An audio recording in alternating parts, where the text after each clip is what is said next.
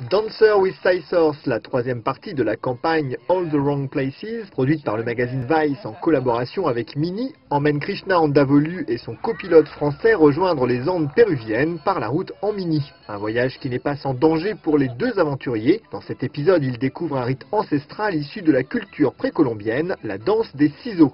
Les danseurs font le lien entre la communauté paysanne et les esprits protecteurs des montagnes. Chaque danse représente un combat et peut durer jusqu'à 40 heures.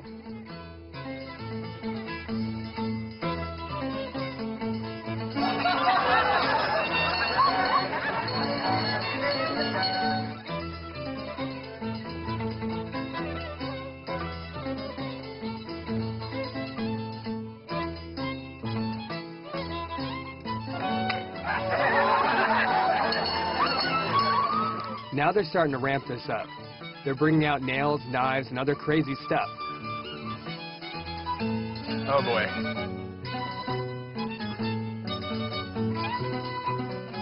They're spilling their blood as a sacrifice to the Apus. In return, the mountain god relieves them of their pain.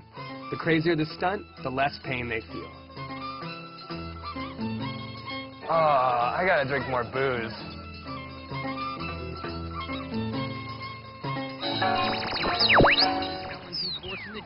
Red Bull n'en finit jamais de remettre au goût du jour les disciplines les plus farfelues. Après quelques 9 ans d'absence sur le territoire US, Red Bull remet au goût du jour le Crushed Ice lors d'une course à Saint-Paul dans le Minnesota.